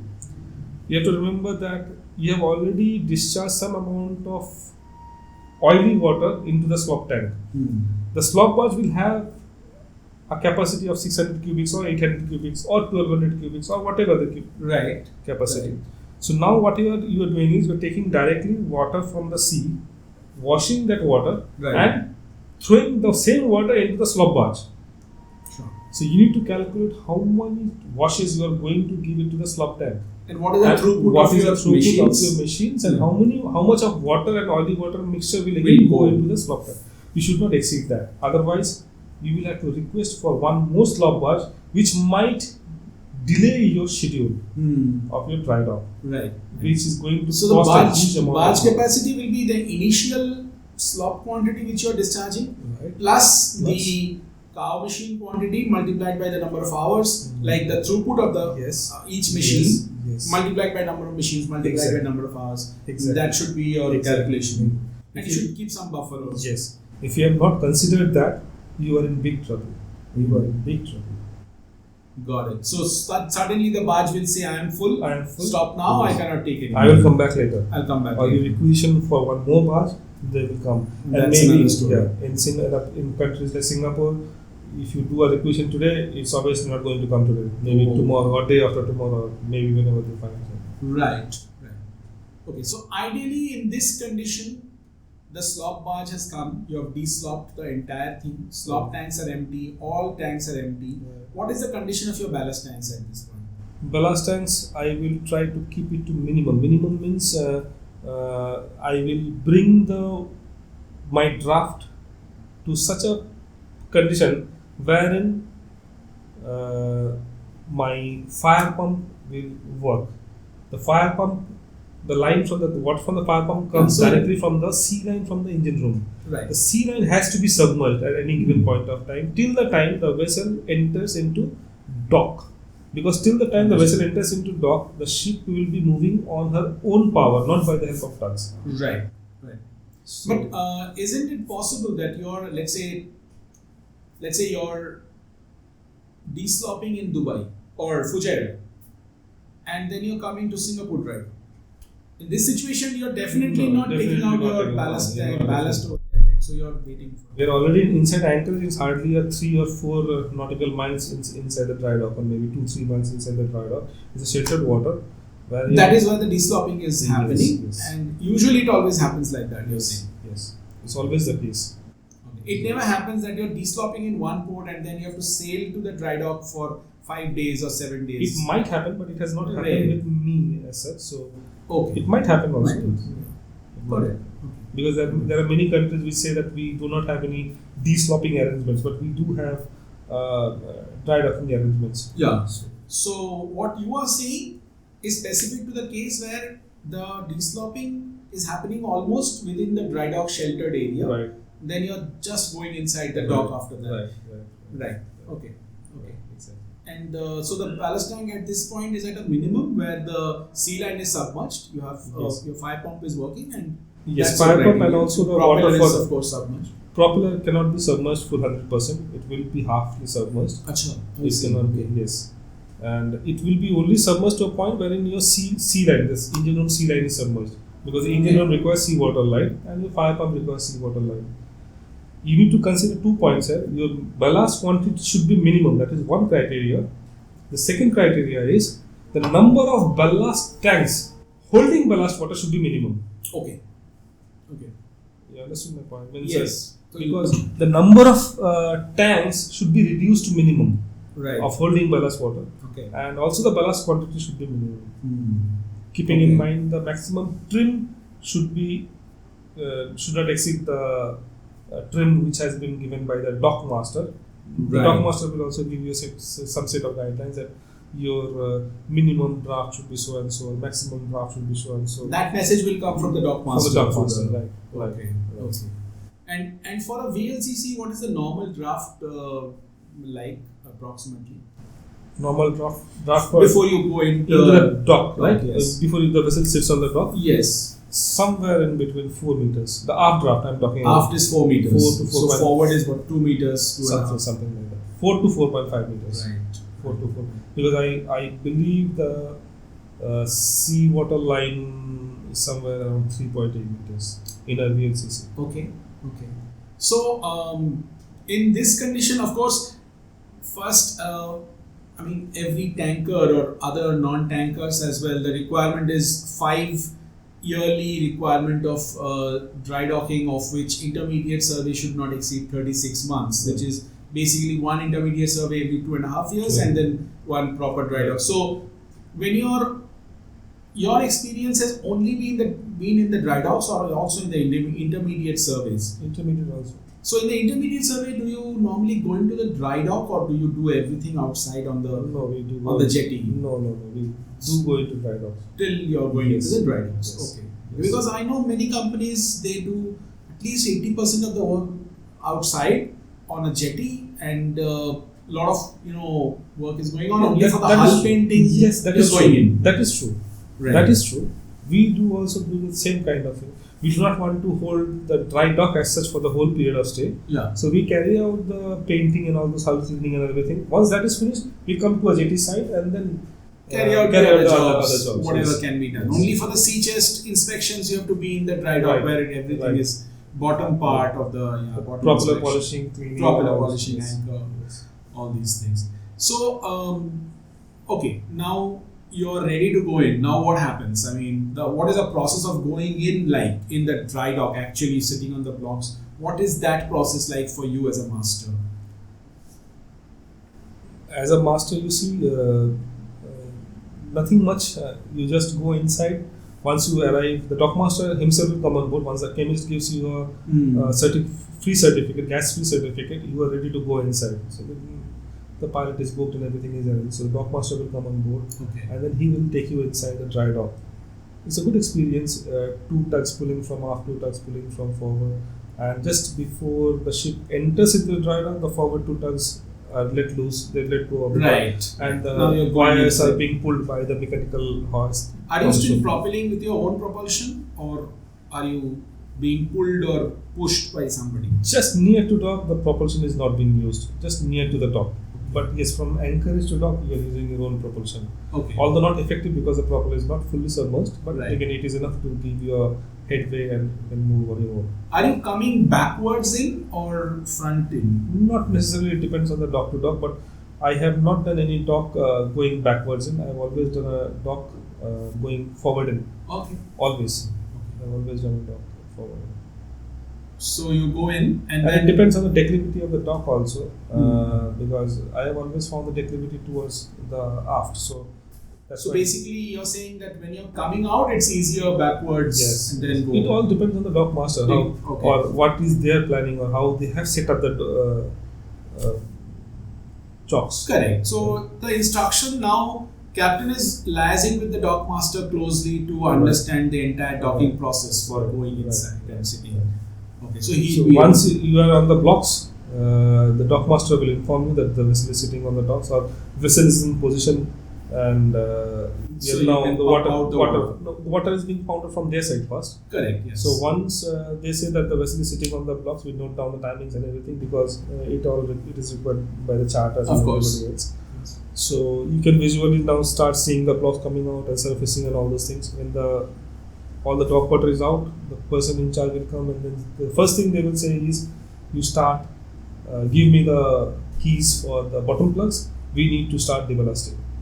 Okay. So this deballasting cannot be carried out by your pumps because all those, everything is gone now. Yeah. So the only way you can take out your water is through the bottom plugs. So that is the first thing. Basically, you're just draining out, opening the plugs, and it's all draining out like that. So in these cases, if the water is too much, it will take a long time to drain out. So that's why it's very imperative. It's very important. How does this is interesting because I mean this is a huge amount of water inside the tanks, and now you have a plug sealing it. Yes. Now, how do you open it without endangering anybody underneath? I mean, how does this process of opening the plugs happen? Is it done by the dock or the ship staff, or I believe it's definitely the dock staff, right? It is done by the dock staff in presence of the ship staff.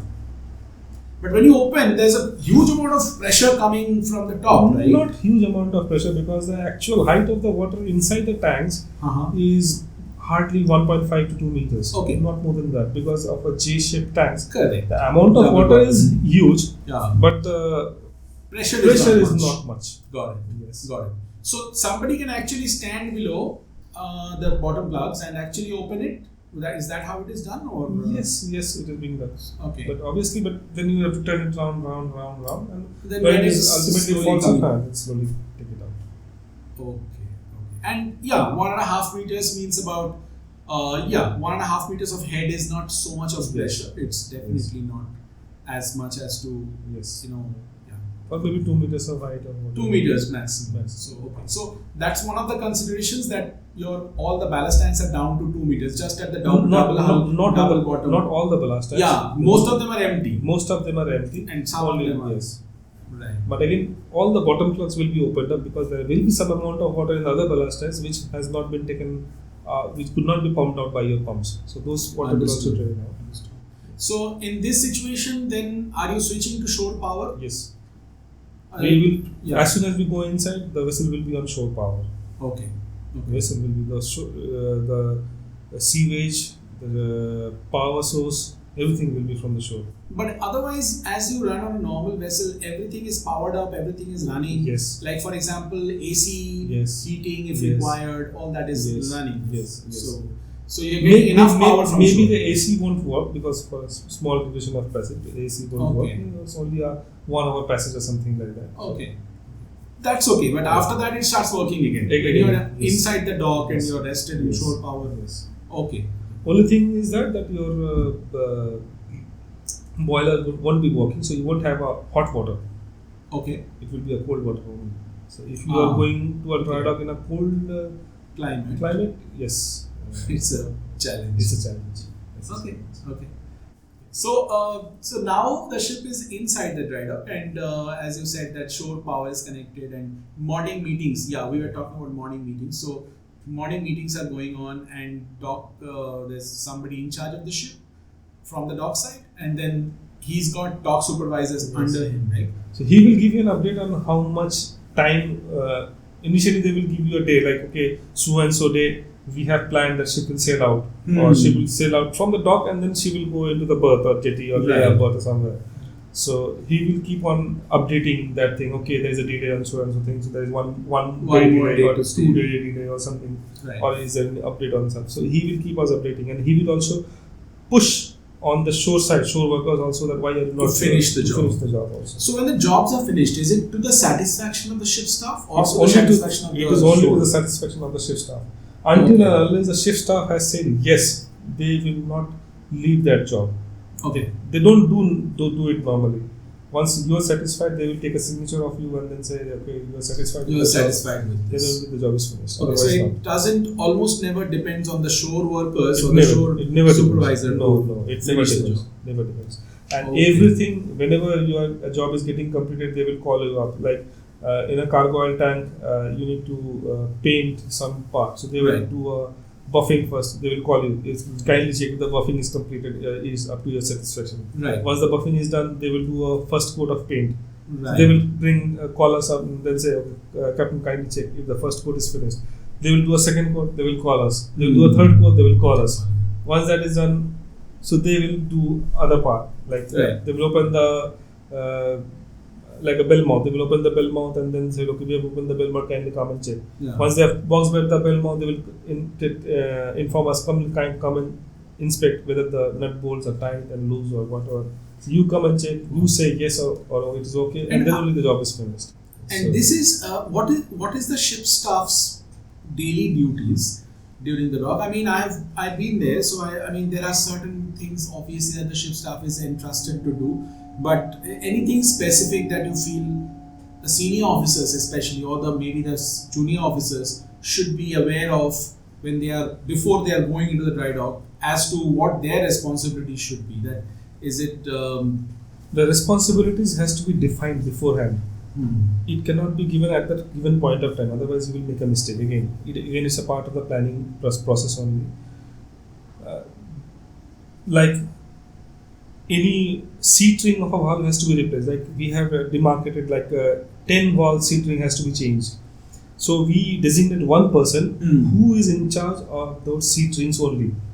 So whenever the person from the dock comes to the chief officer asking ki, I have opened that valve, now I want a seat ring. The seat ring will be supplied by your side or from the yard side. So we say it will be given from the ship side. Okay. So he obviously asks, give me the seat ring. So I inform my duty officer or the person in charge, give him that seat ring.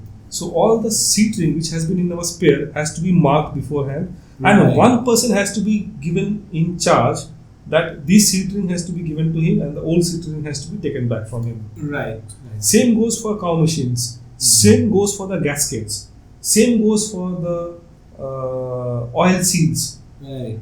So everything has to be marked, and one person has to be given in charge for specific rings. Like one person cannot be given in charge for the oil seals, and the same person for the seat ring, same person for the. Understood. You cannot. So all the engineers, officers should have clearly. I mean, they should understand clearly that what are their areas to supervise there is, and because not chief officer cannot do everything. No, it's not Captain possible. cannot do. But for this, everything. the chief officer and the first engineer has to decide, has to give authority to those people, or has to demark that this area is yours. Delegation of. You just inform me before handing it over to the people, but inform and give it to them. So whenever this thing comes up, I will inform you. You just go and give it to them. Got it. And whatever jobs the shore people are doing, we need to keep a check on them, because the shore workers, they try to skip things a bit. Like they will tighten the nut bolts, maybe out of 28 nut bolts, they will not tighten one or two, and it will start leaking from there. Got it. Maybe they will put box back the valve, but they will not put the hydraulic connections back. Right. So not plenty of time. It's always the case that this will get. This is not by choice. This is not that they're doing it so many things going on. It goes on like that. Yeah. So these are the things we should look for. So ideally, the officers and engineers at least should not be physically involved in another maintenance job at that point, or do you think that they should be? I mean, let's say physically. When I say physically, I mean actually working there, or they should only play the supervisory role in the. It all depends on the company. It all depends on the company. Means if a job company has said that it won't be done by the yard, it will be done by the ship staff. Yeah. So obviously the ship staff has to carry out. It all depends on the company to company, because in the job spec it was given, but maybe the jobs in the updated job spec it has been taken out or striked out. Right. The superintendent say that okay, this can be done by the ship staff, but it has to be done in dry dock only. So obviously the engineers or the officers, they will have to carry out the job during the dry dock. Right. So this Understood. depends on. Understood. One thing, this is probably a little controversial, that you have, let's say, 200 people working on your ship. You're the master of the ship. Is it? I don't know. I'm just asking you if there's anything that you've come across, that is it really your responsibility to make sure everybody is safe in their operations? Because if it is your responsibility, then you clearly do not have manpower to take care of 200 people. Is it the yard's responsibility? And if that is the case, then is it anywhere like if there's an accident which happens, then who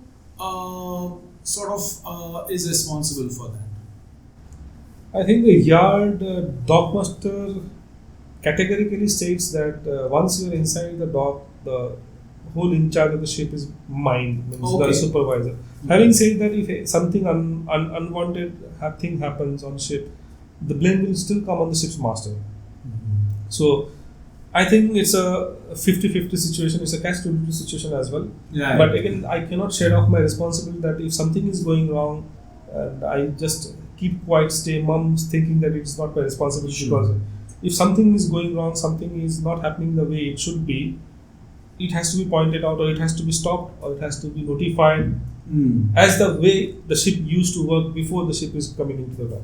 Got it. Right.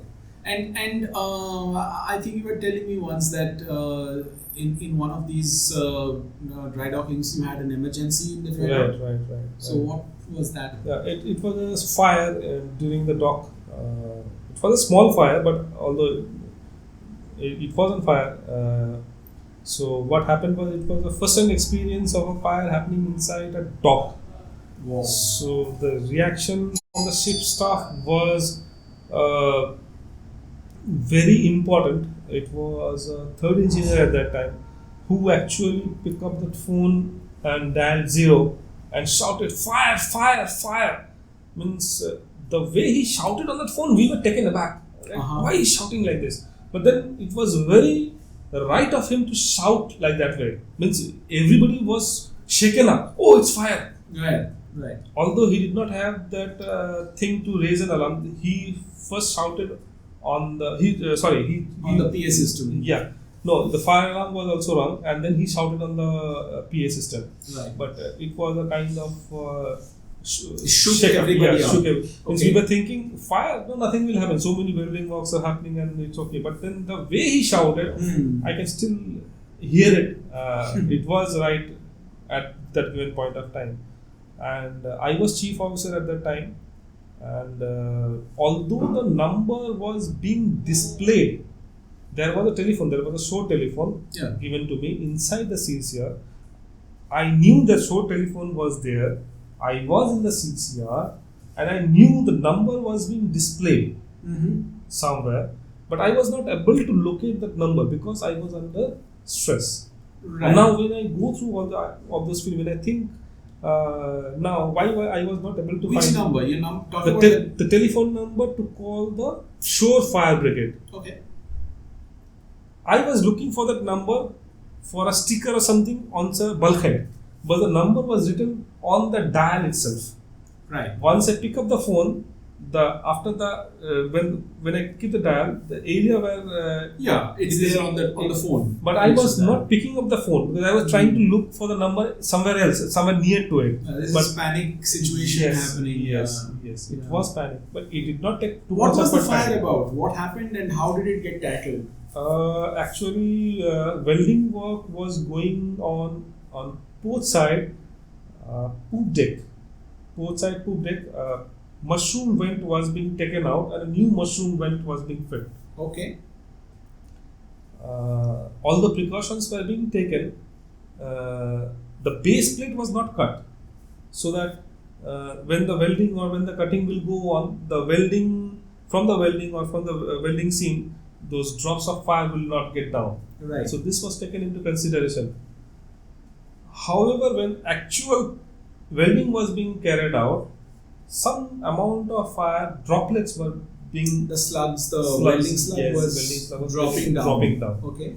Just below that area where the welding work was going on, we had a engine room stove, and we had got WD-40 over there.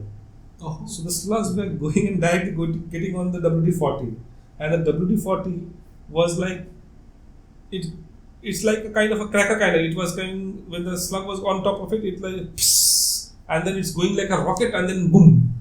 Whoa! I see. Really? Okay. And then there was a small flare of WD-40 fire. is inside the can, right? Yes. It's falling on the can. On the can. But The it's can is burning getting the can. the burning the can. Getting There's a inside. hole, Okay. and because of the pressurized WD-40, It's coming out of the hole and when it is then coming out, the WD-40 is going like a rocket, Uh-huh. and while coming out of the rocket, the WD-40 is going outside more, Yeah. and because of the fire, it's getting a balloon of fire, and then vanishing within 2 seconds. Okay. Interesting. Okay. So we managed to control that fire within no time. But Right. again, I saw the response of the dock fire brigade. They came within 7 minutes of my call. Wow. Means they came within 7 minutes onto the poop deck. I'm not talking about they were in the jetty.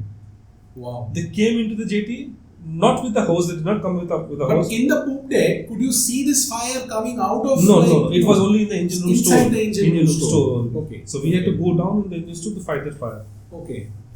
Now the fighting fire was not very, because a ball of fire was vanishing in 2 seconds. So whatever it was engulfing was only small areas from cotton rags or something. So we just put it out with a. But this is where you found that the response of the team was really fantastic. The ship's team was also very fantastic. The ship's response was very good, and the shore fire brigade team came 7 minutes. So when the ship's team assembled, they assembled in the master station, and then yes. The fire was detected using a sensor, or somebody saw this? Somebody saw it. The person who saw it only has actually doused the fire, raised the alarm and doused the fire. Okay, wonderful.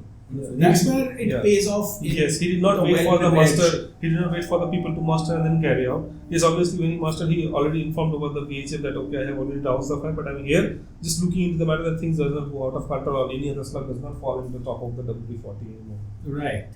So starting from the notice of the fire, raising the alarm, the shouting on the PA system, down to the response of the ship's team, the person on site, also the response in terms of coming to the master station and all, and the response of the shore team. Right. Everything went as per plan. Everything went as per plan. And but did you find that the other workers, when there's a fire alarm on the ship, did you find that the other shore workers who were working on different parts of the ship, almost everybody left.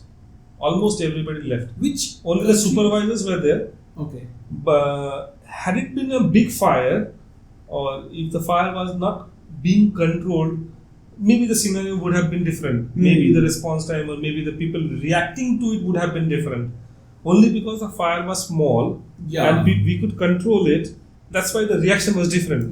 People react to the same thing in a different way, in a different location, different time. Yeah, I have had some huge fires I've seen, and the reaction for the people are very different. Very, very different. I mean, and obviously not in a dry dock. I'm talking about fire at sea. You prepare for something, but when a huge fire is in front of you, the amount of people that lose their nerves, that become really frozen in the real sense of the word, or the casualness of some people, taking it so casually, it's amazing to even see and witness that it is, anyway, that's a different topic altogether. But in which country was this dry dock? Was in which country? In Singapore. Right. So in 7 minutes they were on the poop deck, trying to tackle the situation. Wonderful. Okay, so now any other interesting incidents that you can talk about which happened during the dry dock? Anything? Nothing much. Only thing is that before the vessel sails out from the dock, it's very important, very, very, very important to have a thorough inspection of all the cargo tanks and the ballast tanks. It's very important. You will find plenty of objects. It can be from anything to anything. It can be cables, it can be lights, it can be brooms, it can be mops, it can be shovels, it can be rags, it can be anything you name it and it will be there.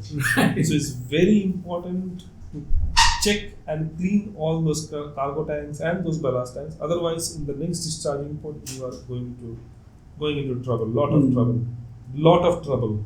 You won't be able to discharge, and your pumps will be cracked, and all the things will happen. Okay. So it's very important to check all the cargo oil tanks, and if possible, try to put all the manholes and your butterworths in place, because a ship before sailing has to be in compliance with your load line. Right. So it takes a lot of time.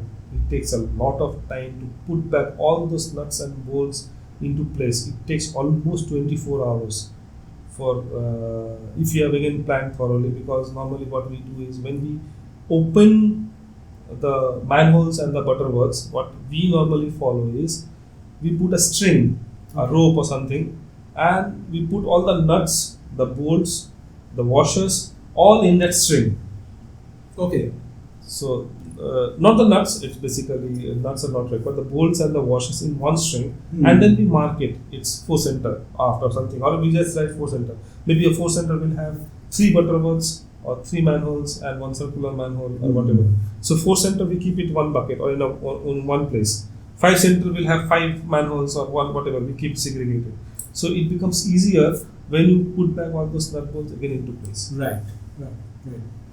And I have seen sometimes even the particular nut will go in one particular place. Right. It's not even, you cannot put right. everything anywhere. That is.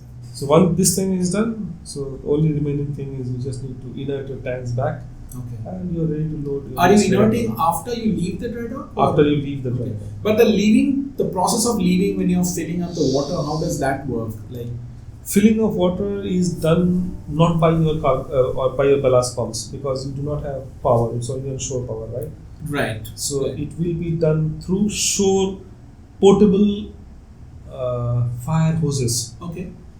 It's basically falling from top. Okay. So they will keep 2 or 3 hoses in one tank. Okay. They will normally give you the same condition you arrived with the same amount of water. If you want water, more water, they can give you more. But normally they say that whatever condition you arrive in with, we will give you the same condition while going back also. So it's by the same way. Understood. But you need to take care of that also. You can just become complacent, because they are not monitoring anything. They will normally, this thing happens only in the night, because the next day early morning it will be a shifting time, Right. and the whole thing will go on carrying on for the whole night. So if you do not have any officer who is not checking or monitoring, even after monitoring you call them up, they are not replying because they are deep asleep. So take 2-3 phone numbers, or take the phone number of the supervisors, so or that you can stop it also. Stop it also. Because ultimately the blame will come onto the ship that you have not responded or not informed. Yeah. So what were you saying about the Yeah. So the last day also you will have this pressure testing of your cargo lines, marpole line, fuel line, bunker lines, all those things. So you need to take water. Okay. So they will pump in water into the cargo lines, cow line, marpole line, bunker line. Press it up to your required as you require capacity, and then they will issue you a certificate for that. But then these waters you need to take into your slop tanks. You keep it inside your slop tank, and once you sail out, you are inside in open oceans. You again discharge the same water through your ODE. Right, because you cannot discharge directly. It's even though it's a clean, absolutely clean tank, but you cannot. Yeah, right.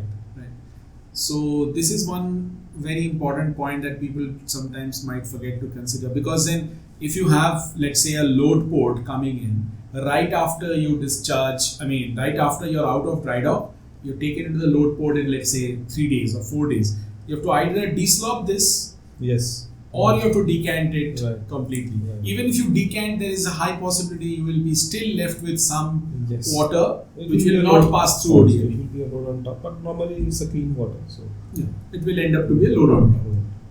Right. Okay.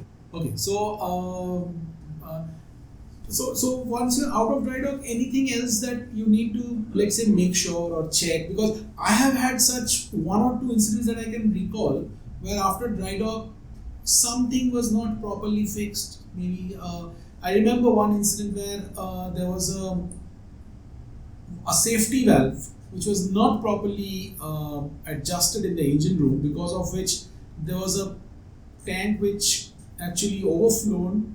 And sorry, not the safety valve. This was the alarm, the high level alarm of that tank was not properly set. So it did not cut off at a certain percentage. I don't really remember exactly, but it started falling down on a hot surface, and then it caught fire. And this kind of incidents do happen. That's why the inspection after the dry dock is very important. So many times it has happened that the hydraulic oil level for the cargo tank valves has gone down after dry dock. Right. So later on, when we started checking each and every valve one by one, we found out that any tank, any valve which has been worked upon, we normally go to those tanks first, and found out that although the valve has been put back in place, the nuts and bolts are tightened, but the connection is not being done. Okay. So this kind of problems do arise, and yes, they always arise. Valves are not open. Yes. So and if it is inside a tank, now it's another problem. If you have commenced loading and then you are gone. So it's very important that you check your tanks twice, thrice with 3 different people, not with the same set of people. I see. Not once. One time inspection. This has to be done before you even depart the dry dock, you're saying? Or right after you depart. Right. If it is in a ballast tank, some valve in the ballast tank is opened and now it is left opened, and you're filling up. You've already filled up the ballast, so now it's another challenge to do that. Yes. So inspection of the cargo tanks and the ballast tanks before departure is very important. Very important. You should not cut corners in inspection of those tanks. If you cut corners, then you are going to face troubles plenty. Understood. So many people working, it's very difficult to have a cross check on so many people every day. It's not possible. True. And everybody becomes so tired at the end of this dry docking process that people tends to let go things. That is the time when you should not let go. That is the time which is very important. You should hold on to those last few days and make sure the whole process becomes knowledge experience for you, so that you don't feel bad or feel guilty about it on a later time. Right. You feel very happy that I have completed this whole dry docking process and I'm very happy about it. With pride. Fantastic. Wonderful. I mean, I think we've covered quite a bit today, and I think this would be, obviously there are a lot of other things that might be added to it. We primarily focused on tanker dry docks, so for other ships there could be other considerations, but I'm sure that there will be a lot of commonalities as well. Yes. So fantastic. I think this was quite informative, at least for me. Learned a lot from you, how it works and what are the different steps that gets involved. Thanks a lot for coming here to our studio, and fantastic for giving me time. Thank you so much. Yeah, I mean, I think it was great. Thanks. Thank you.